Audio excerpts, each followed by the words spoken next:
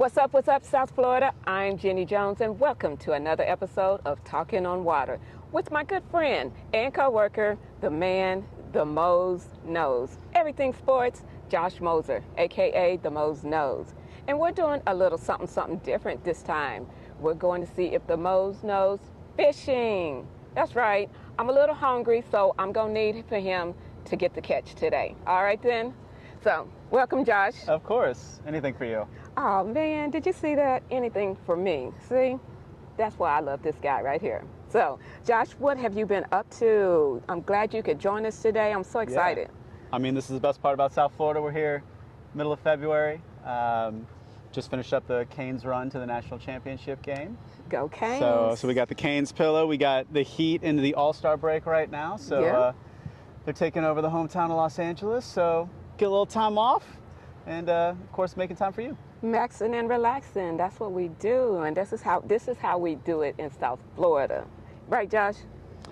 Any day on the water is a great day. It's a great day. So let's see. Let me go over some of your accolades in case people don't listen to a word she says. In case people don't know, I need to let them know who we dealing with so that you know about the Moz and the Knows. All right, then. So he hails from South California. He hails from South California. He has been the Sportscaster of the Year, Best TV Anchor, Emmy nominated in both college and professional, 2 times, not once, 2 times recognized as the best TV anchor by the Miami Times. Sports anchor, he's been a reporter and a director, and now he's currently working at WSVN Channel 7, and he's in your home on the weeknights. So I know you've seen him, but now you need to know about him. And also, we're going to dive into some of his personal business. We're going to be all up in his business today. All right, then. So let's talk to my agent about this. Like, he's good. You just told me you were good. Okay. All right. So making sure. Do I need to call him, though? We'll get him on speed dial. All right, then. All right, then. So Green Bay Packers. I was reading a little bit about you, and you started with the Green Bay Packers. How was that? Honestly, that job was incredible. I was there for almost 5 years. I worked for the Fox affiliate, WLUK-TV. Really some special people there. We had a house right across from Lambeau Field. Oh. So we were doing all of our tailgates, all of our pregame shows, postgame shows. And the best part about that job was I got to host this regional show called Inside the Huddle. And we had a studio audience from about 1,200 to 1,500 people every Monday night. So we'd have a game on Sunday, and then my co-host was Jordy Nelson, the wide receiver, Devontae Adams. Aaron Jones was on the show a lot, who's now got a home down here in Miami. But that energy was awesome, and just the love that the city has for that team. And obviously now with the Dolphins, we've got John Eric Sullivan, the new general manager, coming over from the Packers, as well as Jeff Hafley. So we're calling this Green Bay South, because right now we've got about 8 people on staff that came from Green Bay that are now working for the Dolphins. Okay, now that some of the names and faces are familiar to you already, so when you get up in the locker room, you're going to be getting exclusives? You know, this, profession's all about relationships. It is. And it's really cool. I've been doing this for 15 years now, and the Broncos were the first NFL team that I was in the locker room, like, really every day with. And it's cool to see all of the players. They've obviously, most of them are not playing anymore. Right. Actually, all of them are not playing from my time in Denver. But just the people in the buildings and the circles, it's small, but it's really become family, and I feel like I've been able to build some good relationships and tell some amazing stories, and very lucky to get to say that I'm doing exactly what I set out to do, and we're doing it in Miami. It's beautiful. I get to meet people like you, and just be a part of it. I'm living a dream. I don't know what else to say. Well, I want to know about some Brett Favre, and we're going to get to some Peyton Manning, but I want to start with Brett Favre since we were in the Green Bay realm. So what about Brett Favre? Because he's like, I hate to say Mr. Football, but it was just like it was ingrained and a part of him that he loved it so much. Yeah, so I was not there when he played, but I was with him in Canton when he got inducted into the Pro Football Hall of Fame, and that was a really, really fun weekend. A weird part of that weekend, that was the Hall of Fame game that never was. They had an issue with the field, and they actually had to cancel the Hall of Fame game. Oh. So they were going to play the Colts. Tony Dungy was going in. I miss Coach. Coach is great. He is actually on the other side of the state. So good fisherman. So we might have to get him on a show because he knows how to. He knows what he's doing. You can hook that up though, right? We'll talk. Okay. I gotta get through this one first. It's already hitting me up for more stuff. We haven't even got through the episode yet. I'm a busy lady. You are. Know? But obviously, huge contrast between Brett and Aaron. And but Brett just football through and through. One thing about him, he never wore pants. Like it could have been 10 degrees outside, jean shorts. And he was beloved. He would go out and party a lot. Different time in the NFL. But, you get Brett Favre behind the bar at any establishment in Wisconsin, and it's going to be a fun night. Getting a little up there now and dealing with some health stuff. Yeah, but I've seen that. it was certainly a memorable time, and kind of that bad boy, if you will. And then we remember Baker Mayfield, reenacting the Favre picture when he went #1 overall. So, all the respect for Brett and wish him well and his wife well. And I need to reach out to him. I haven't talked to him in a while. I have a dream. I want to see if you've been able to live it already and can school me on it and maybe hook me up. The Lambeau Leap. Did you do it? Did you do it? I have Lambeau leaped, and the inventor of the Lambeau Leap is a big media person, so I mean that could be another segment here. But actually the wall's a little bit taller than you think. The wall's like about 7.5 feet, so you got to get up there. I need probably like a trampoline and a running start. No, you can do it. Yeah, a couple steps, good to go. Fans will pull you up. And actually, before I took this job down here, it was one of the last things that I did. I said, hey, I need to go get a Lambeau Leap to say that I did. So I actually have that on video. And then I have one. They give tours when the team's not in session. So I've got some good memories on the Lambeau Leap. And I was able to do it with a couple of the players, but more so like it's about the players. It's not about me. And it's interesting in this profession. We spend our lives telling everyone else's story. So when you get those few cool moments where you can kind of tell your own story in that setting, they're very memorable with the people that you hold near and dear. But yeah, Lambeau's a special place. And got to Leap 36. We got to get him a shout out. We got to maybe get him on the show. Green Bay special. I really hope that we get a football culture in Miami like Green Bay. And there's just no place like it. It's indescribable. Anybody watching this, if you haven't been to Lambeau Field, is an absolute bucket list item. You need to go. And I'm sitting here smiling because so many great memories from Green Bay, and I'm glad that that was part of my journey. Okay. I want to talk about, you mentioned Denver. Mm-hmm. Did you get a chance to cover Peyton Manning? I did. Okay. Well, what kind of Peyton Manning stories do you have? Because, Brett Favre, Aaron Rodgers, and Peyton Manning, all of those three are some of my favorites, and I always loved Peyton Manning because his game was here and here, but, it was more mental to me. And I just loved watching him, and he just seemed like he was such a great guy. So tell me about Peyton Manning. Yeah, so it was really cool. I was there for the first season, and then when they won the Super Bowl. So that was 10 years ago. Actually, it was at Levi Stadium where the Super Bowl just was this year.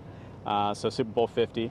Von Miller on that team was incredible. I like him too. But Peyton had just come off that neck surgery. He had only been in Indy, and then I decided to come to Denver. And was with John Fox the first year, and then Gary Kubiak came in, won the Super Bowl with him. But Peyton just has that personality when he walks into the room, everybody just stands up a little bit straighter. And he was, they call him the sheriff. Yep. But it was just the way that he conducted himself.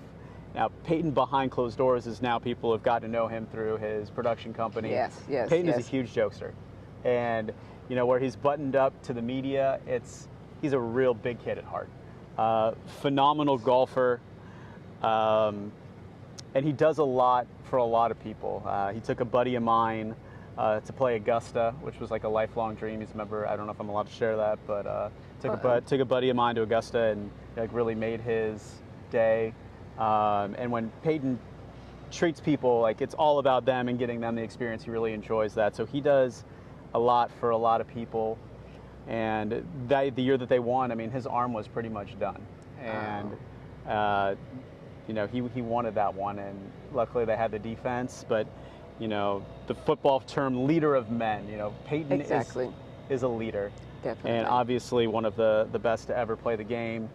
And he's got his nephew coming up, Arch. We'll see if he's the top draft choice next year. But, I mean, yeah, Peyton Manning's Peyton Manning. And, yeah, the behind-the-scenes stories, we kind of got to keep those away. But I can let you know that We tried. that he definitely knows how to have a good time. Okay, then. I see here that you know a little bit about some basketball, baseball, hockey, and what sports did you play? So in high school, I played baseball, basketball, and I ran track. Okay. Were you fast? Yeah, so I was a sub-11 second 100 meter. Okay. So 10.8 was my best. Deshaun Jackson smoked me. Hopefully he gets into the Hall of Fame. It's funny, I've told him the story a couple times. He's a Drew Rosenhaus client and now retired. But yeah, I think Deshaun certainly was one of the best athletes in our area growing up out of Long Beach Poly and storied NFL career. I really think he could have been a pro baseball player had he decided to do that too. But yeah, man, it's he was blazing. He won that year, and yeah, flying. But yeah, basketball was the first love. My grandfather was my favorite person. He was a college basketball player, so only being 5'10" doesn't really help me too much. But that was the love, and yeah, we had a good little team. Played for the LA Stars for the AAU circuit, and Well, then you're my star. oh, I don't know about that. He's my star. But yeah, shout out to the alma mater, Westlake. Yeah, Westlake High in Southern California. Probably our biggest sports alumni recently is Christian Yelich. So he's holding it down for everybody. Former baseball MVP and Yep. played baseball there. And yeah, it was great. It was growing up in Southern California, similar to Florida. We have a lot of great athletes, and that's how I made my friends. It's kind of how I figured out who I was a little bit, how I dealt with adversity, and really kind of made me who I was and learned a lot. And I feel that's why sports is what I'm doing now. I wanted to find a way to keep it in my life after college, and who doesn't want to grow up and not talk about sports? And probably like many people watching, it's sports and health and fitness is everything now. I'm turning 40, so He's still got a baby face though. Thank you. Still got a baby face. So yeah, to be active and to be a part of that community, it's something that I put at the forefront of my life is very important. And for anybody that wants to ask me about all of that, like I highly encourage you. Health, fitness, the job's always going to be there, but if your body breaks down, you can't work. And you can't enjoy the beautiful South Florida weather and exactly. everything. So just half hour a day or whatever you can do, but yeah, priority one. But people forget sometimes that yes, we are in the media, but we're also fans, and the culture is coming around now to where we can actively be fans and show our fandom, and just I think it brings more character to what we're doing and more fun and more entertainment to the people. So yeah, I root for the Hurricanes, I root for the Dolphins, I root for the Heat. Yeah. I just, except for in the press box, then that's, yeah, you can't do that. But I think it just brings more to the personality and the entertainment of what we're doing, don't you think? Yeah, I mean, deep down I'm a journalist and it's my job to be objective, but you obviously have a vested interest in the people that you're around every day and you want them to do well. And there's certain athletes, like in anything, like you and I get along really well. So there's certain players that you'll pull for because you just have that relationship with them, and you're going to become a lot closer with certain players, just like you would with certain coworkers or friends. So I find myself like really pulling for certain people, and just real quietly in the press box, though. Like, oh, always. No, I mean, look, you know, the teams that you cover, it always helps when they win. Right. You know, but I think a misnomer is, you know, people always want like the straight ascension, like the team just to do really, really well. My favorite seasons are where it's more like a roller coaster, where it's, you know, you start slow, you build up, you hit a hurdle, and then you come all the way back up. So like the Kane season right here would be a perfect one, the run to the national championship. Right. You know, they started hot, beat Notre Dame. All right, we're on the map. A couple road bumps, lost 2 games they shouldn't have, and then snuck into the playoff, and then all that momentum all the way to the national championship game. You know, obviously they would have loved one more win. Would have been the Cinderella story, but yeah, it's when you can go through those highs and lows, and you know, it's like the fan base pulls on it too. It's, you know, if the expectation is to win, win, win, win, win, you know, it's, you don't realize what you have. Exactly. And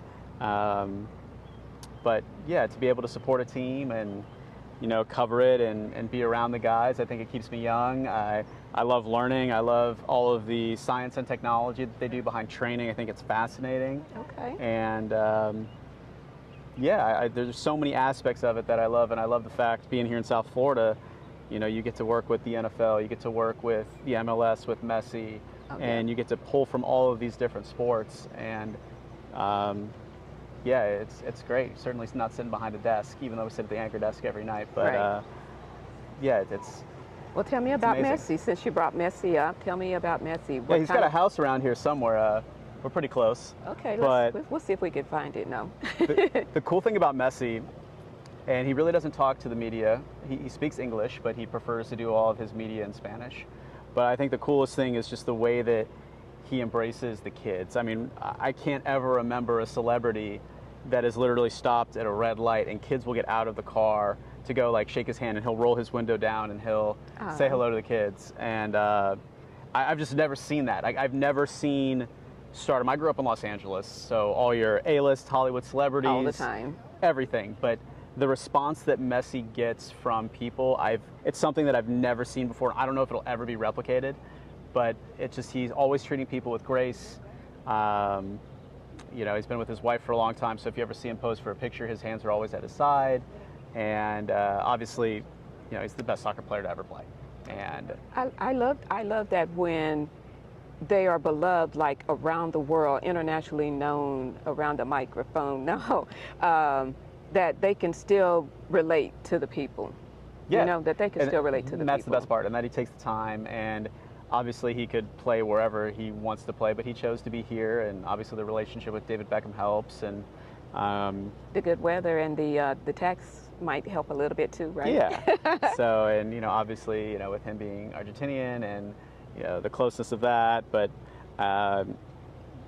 there was an article that I was reading that when Messi first came here, the influx of people moving because they wanted to come watch him play and come be a part of that Messi culture, like it made home prices go up. It brought in a surge of people from Argentina or soccer fans from around the world, and when you have that type of impact, it's just baffling. Like it's hard to wrap my mind around it. But yeah, they're coming off the title. We got the World Cup coming here. Okay. You know, in the next couple months. So Miami's the place to be. Honestly, I think it's the best city in the U.S. right now. Reading on Josh Moser, aka the Moz Knows, and I found out that he knows about rodeos.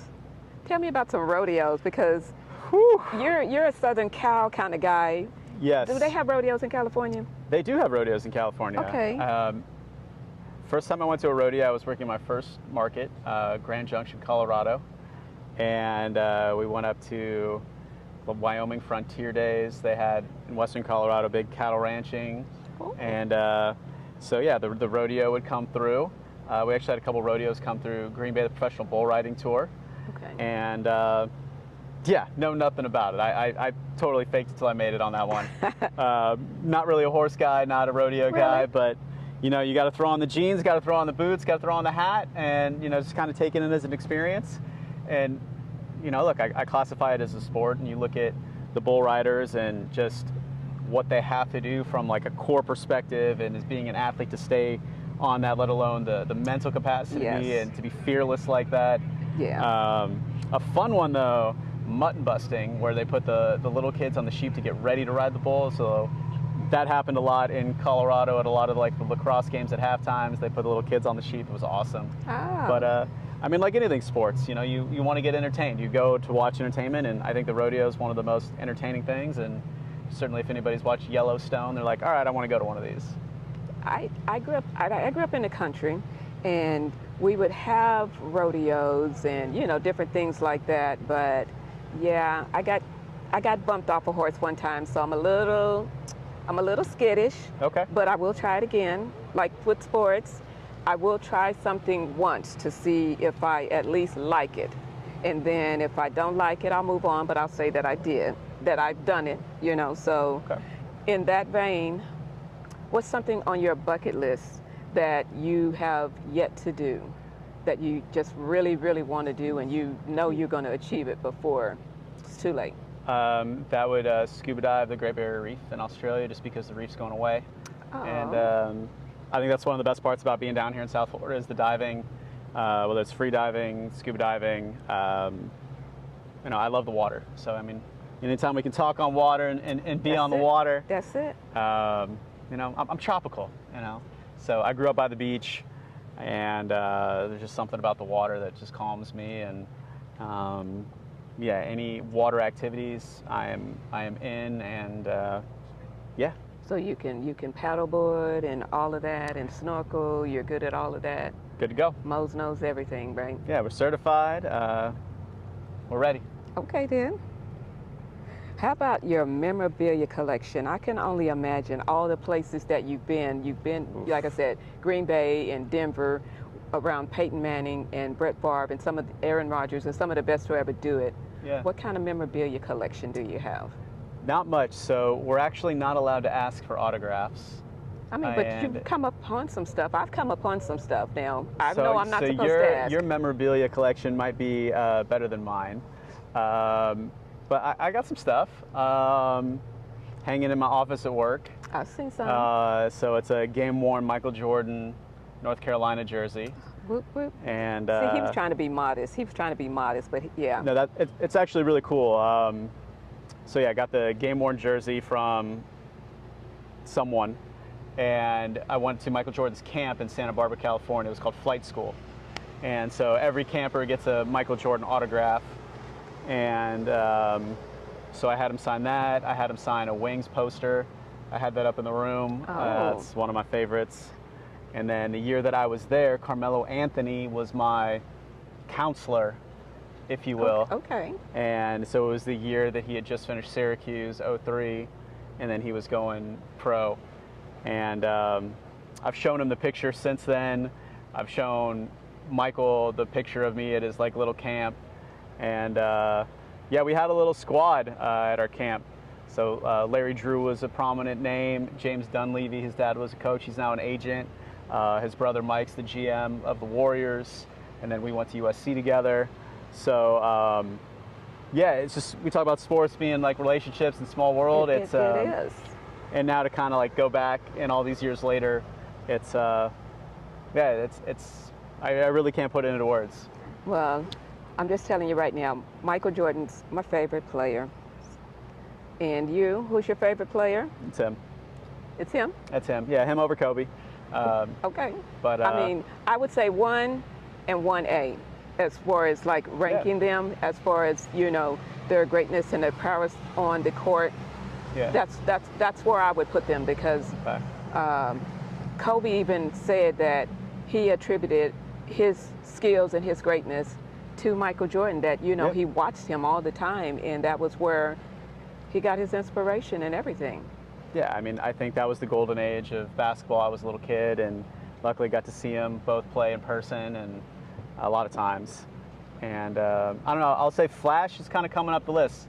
Got to see him here last week with Shaq. I love me some Wade too. And yeah, Dwayne's special now. He's out in California, kind of living where I grew up. So yeah, again, the circles are small, and but Shaq, you want to talk about, man, a special person and what he does for so many people, and how many people he takes care of, and just on the drop of a whim, he might see you at Home Depot. You got a basket full, I'm going to pay for it for you. Yeah, he's the best. And then the show with Ernie to me is honestly probably the best person in our business, just as far as on television and off camera, and what he is, his character. And yeah, that's just the Inside the NBA. It's just a special show. It is. And, It's sports, but it's comic gold all day, every day. Yeah, it's comic gold. It works. And Ernie does a phenomenal job, and obviously Chuck is Chuck, and Chuck is gonna be Chuck. Shaq is. To me, it's the best sports show on TV. I think so too. Now I do like Fox Sports. You know, when it was Kurt, Terry, Howie, Michael, and Jimmy. You know, that was anybody that invited me to their house to watch football. Either I'm coming after 1 o'clock, or you got to watch the sports show that I want to watch, the pregame sports show that I want to watch. And you know, I just love them because they felt like a team that really was family. You know, and the same with Inside the NBA or with Chuck and them.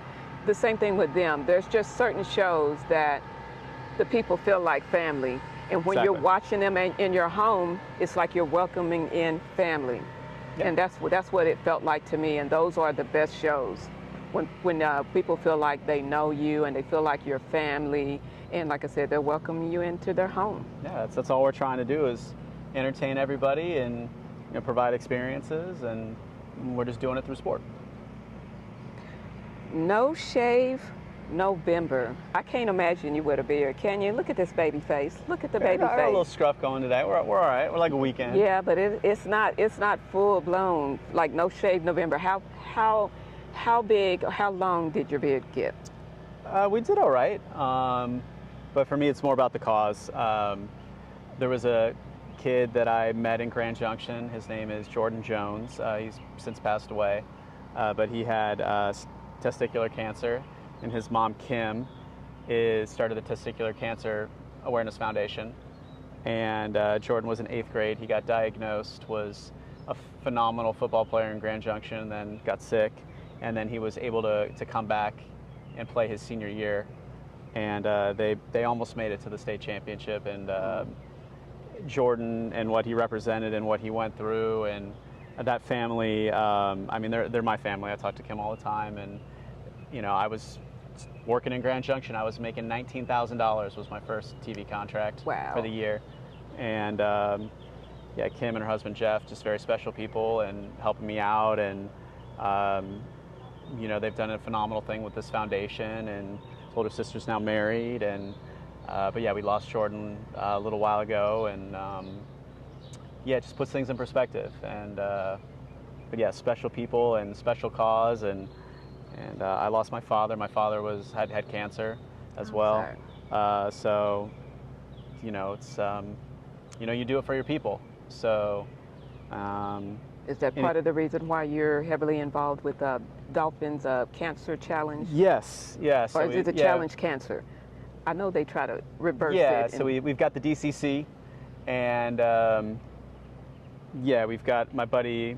Big E, Ian Berger was the fan of the year. He's going through it right now, and he's got his daughters, and it's just heartbreaking to see what he's going through. But he's fighting. Big E, we're thinking of you, and it's all about the people that you meet. You just want your people to do well, and I think that's really kind of what it's about. We talked about a team welcoming family into your home, and family necessarily isn't blood. So it's for me, I've moved across the country. I've had a lot of friends just stay in Southern California, but it's who can you make family and what are you willing to do to help them? And so many people have helped me, and I just want what's best for my clique. But when you pour into others, you hope that you get it back reciprocal, No, not at all. Well, I do it just without any, I don't want anything in return. Not saying that you're putting strings out there, but when you're in your time of need, maybe, you would hope that it comes back to you. So I'm saying it in that spirit, you hope, because to me, the greatest thing is giving to people. Yeah. And like I said, you hope that they'll be there when you need them. So, like I said, I don't do what I do. Whether they give it back to me or not, I'm just saying I'm hoping that I'm hoping that when I need something that you'll be there for me. We'll see. Depends what it is. I'm just playing. You know, he know he's got me. Look where he's at. He's got me. He's got me. This actually might sound weird, but I feel like as a sportscaster, I feel like I'm in service. Like I'm providing a service. Like I'm helping others. I'm basically the liaison between a fan base and a sports team, and it's my job to entertain and connect both of them. And I feel like I'm providing something in their lives, but you know, it's more so like I have a deep need to just, you know, help and serve others. I feel like that's, you know, part of my why, because I've had so many people help me. Right. But I get, a lot of fulfillment and joy. And you know, even though we're in the press box, on the sidelines, in the locker room, you know, doing whatever, it's really, you know, serving our community is really what this job is about. And what I like about you is that I see that you're very accessible, a man of the people. I like that about you, because like I said, there's people that I've run into that are in this industry and they may not even look at you or give you the time of day, and it's like, but you know, you may need something sometime, and then you're gonna have to come ask me, because I know I had one guy, but he was always nice, but I had one, he worked for the newspaper and his batteries went out on his recorder, and I had some, and I went and gave them to him, and we've been, you know, we've been like this ever since then. Yeah. It's all it is, creating shared memories and helping people, and you know, that's what it's about. So what I wanted to do with having you on here, because I said the Moz knows everything about sports, I wanted the fans to kind of know about the Moz Knows. So I'm going to ask some fun questions here. One word that if your friends were describing you, what would they say? What one word would they use? Probably tenacious. Tenacious. Okay then, because you'd be like, No, I would just say that, you know, I'm the type of person that, you know, when I say something, like, I'm going to do it, I'm going to do it. And look, this is a tough industry. I've got one of 30 jobs in the country. And, you know, I'm 5'10" in sports. Like, I had to outwit, I had to outwork, I had to out-hustle everyone to make up for that size gap. And I've kind of taken that to heart in everything. I'm not going to let anybody outwork me. I'm not going to, you know, let anyone win. Like, I'm going to do it. And I feel like you're doing it. I'm doing it. I'm not trying to say like I'm undercutting people or I'm. No. It's simply like I can control what I can control, and that is my attitude and my effort, and put a little bit of wit behind it and a good relationships with a lot of people, and I feel like you can build something special. And then, but again, it goes back to how you treat people. But it's, you know, hey, I'm going to be here for this interview. I'm going to be here for this interview. It's like nothing's going to come up. Yeah. But again, it's just, you know, about being there for your people, but yeah, tenacious. And he's doing it well. Y'all know the song. So, speaking of music. Ladies love Cool James. Ooh, yes, they do. Mm-hmm. Yes, they do. What's your theme song, a song that motivates you? You know, you're getting ready to do this big interview and you need some pump me up music. What's your go-to? So actually, your heart is beating so fast when you have like the big interview and you're nervous.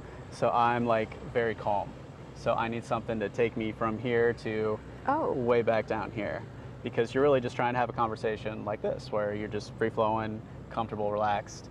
The one that I normally go to is a song called So Beautiful by Music Soul Child. Okay. But like I'm big 90s R&B, early 2000s R&B, Motown. Really? So that's what I was raised on. So yeah, a lot of Luther, a lot of Stevie Wonder. It's kind of what I grew up on. I'm really liking you now. Luther is like my all-time favorite. Now I have some others, but I would sit in my brother's music room and sing every song Luther. There you go. Every song Luther. So what else is on your playlist?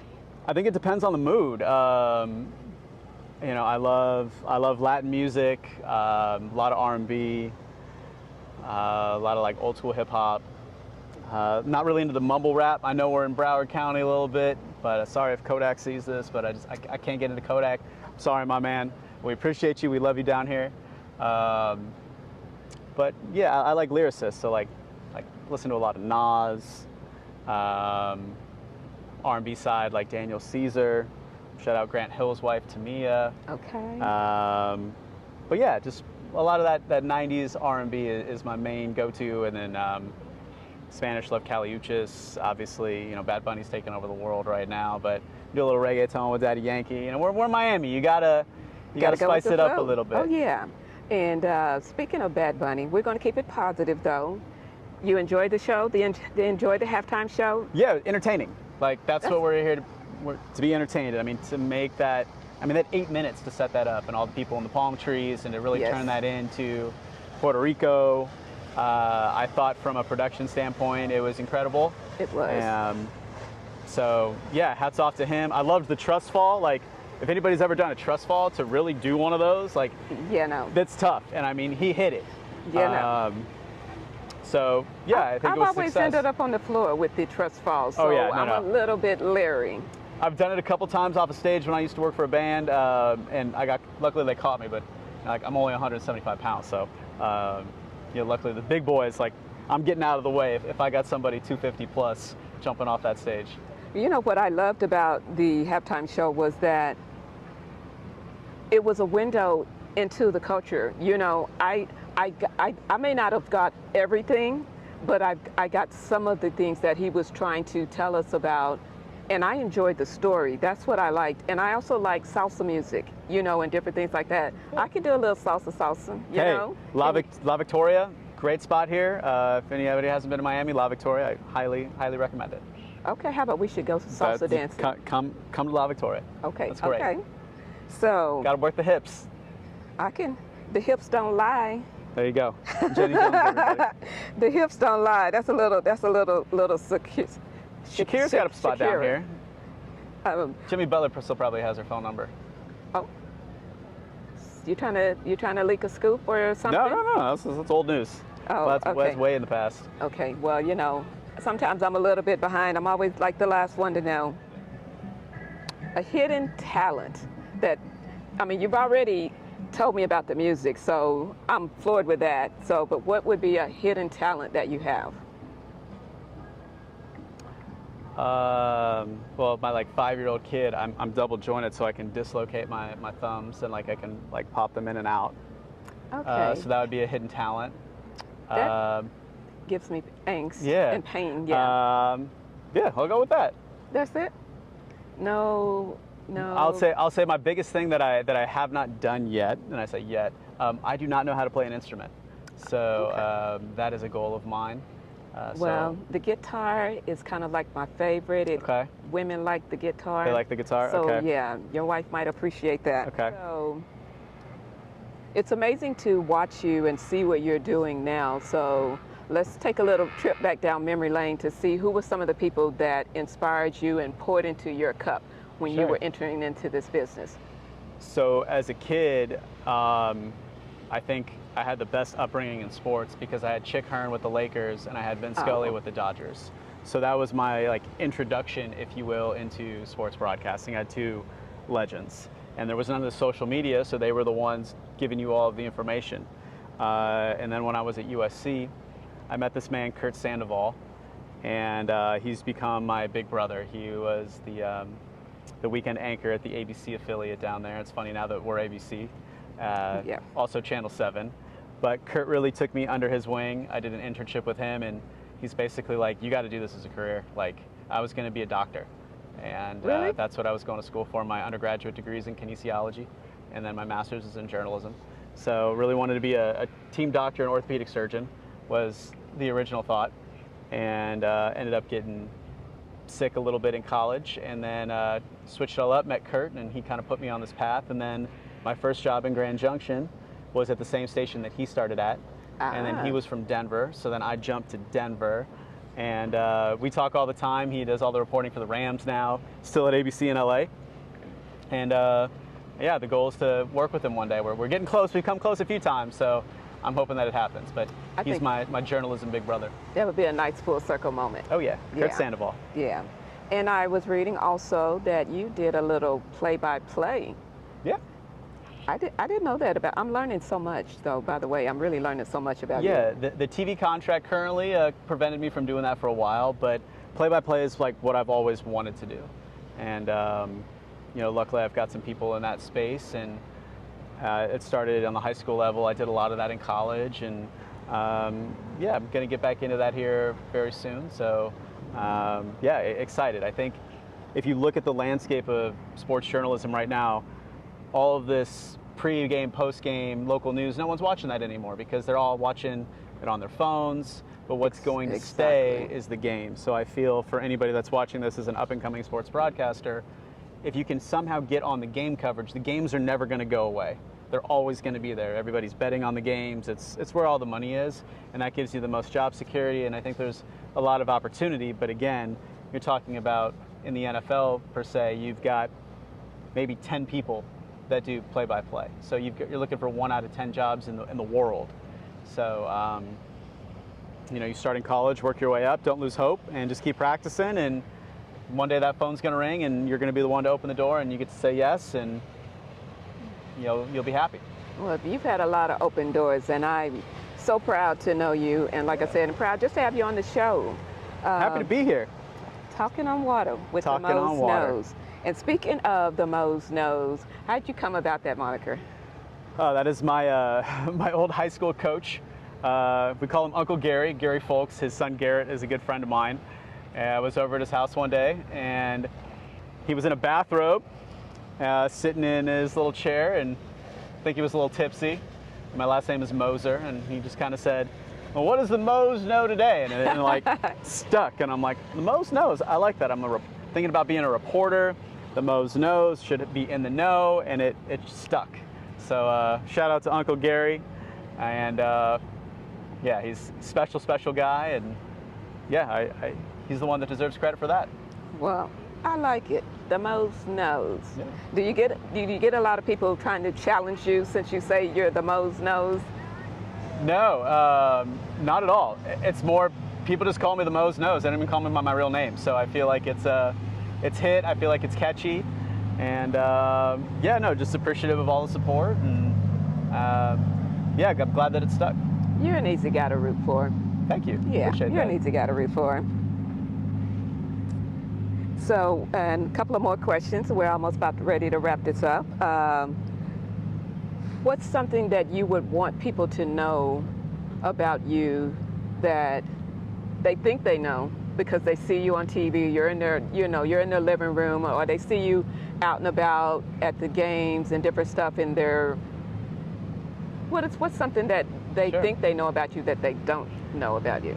I think people would assume that I make a boatload of money doing what I'm doing because I'm always dressed to the nines. Yes. And I would say that journalism is a labor of love. I would say that for those in the industry, they understand what it is. And for those on the outside, they have no idea what this industry is, as is most industries. From the outside, you think that it's one way, but it's not. But I'll say this, it's kind of like we spend more time in the arenas than the players do because we're there 3 hours before to preview it, we're there for the game, then we're there 3 hours after because we've got to interview them afterwards, then we got to edit, then we're live at midnight or 1 a.m.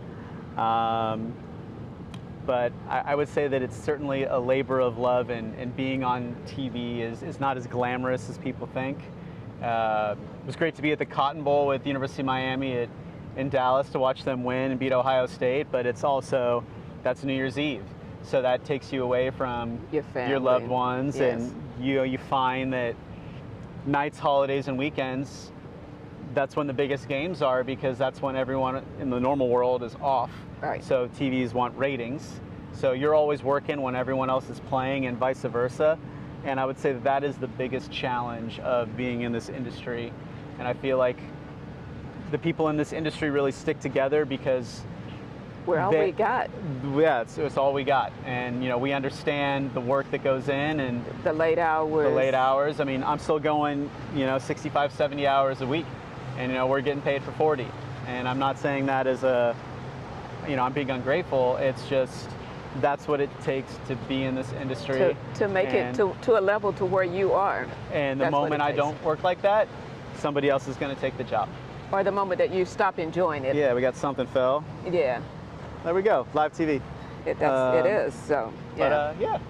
But But you wouldn't change anything, would you? Or would you? I would change so many things. Oh my God, yeah. If I had all the knowledge that I have now going back to when I was a kid in college, I would do so many things differently. But you would still be in sports though, right? Oh, 100%. Okay. 100%. Okay, so yacht day or game day?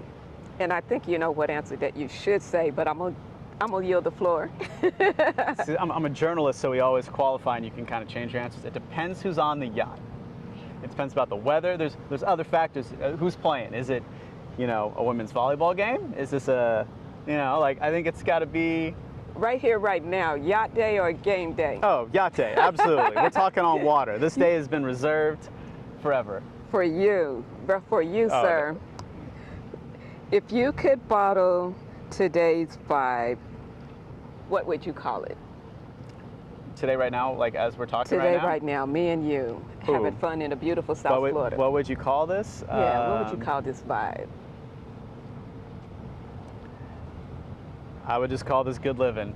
Relaxing, good living. All right, I then. mean, sun is shining. It's a Friday. I'm not going to get fired on my day off. And no, I mean, this is the best part. It's the middle of February. We're in South Florida. I've been in cold weather places. And I get to hang with you. It's easy. This is the best part. And I think, this is the best part about being a sportscaster is where, you can do something like this and you can call it work. Yeah. Well, the thing is that I see you always interviewing people. So I wanted to bring you on and let people know a little bit more about the Moz Knows. So I really hope that you guys enjoyed it because I thoroughly enjoyed it. I didn't know about the music selection, so I've learned a lot today. School was in session. That will do it for this special edition of Talking on Water with the Moz Knows. And like I said, we're out here on the beautiful waters of South Florida. We're going to take him fishing, so we're going to see what the Moz knows about fishing.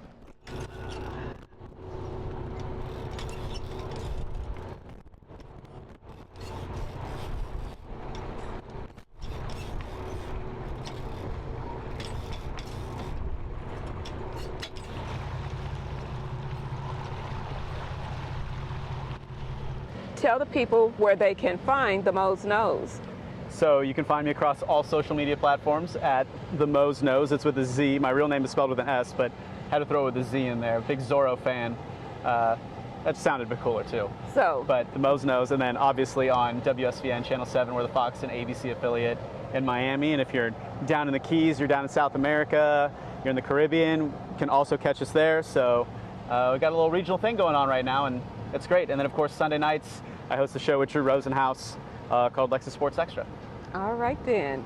And we needed to know all of this because we got to find him, right? There you go. All right then. Again, thank you all for joining us, and I hope you enjoyed this trip down memory lane and exploring the Moz Knows. So that's it for this edition of Talking on Water. Talking on Water. Thanks for watching.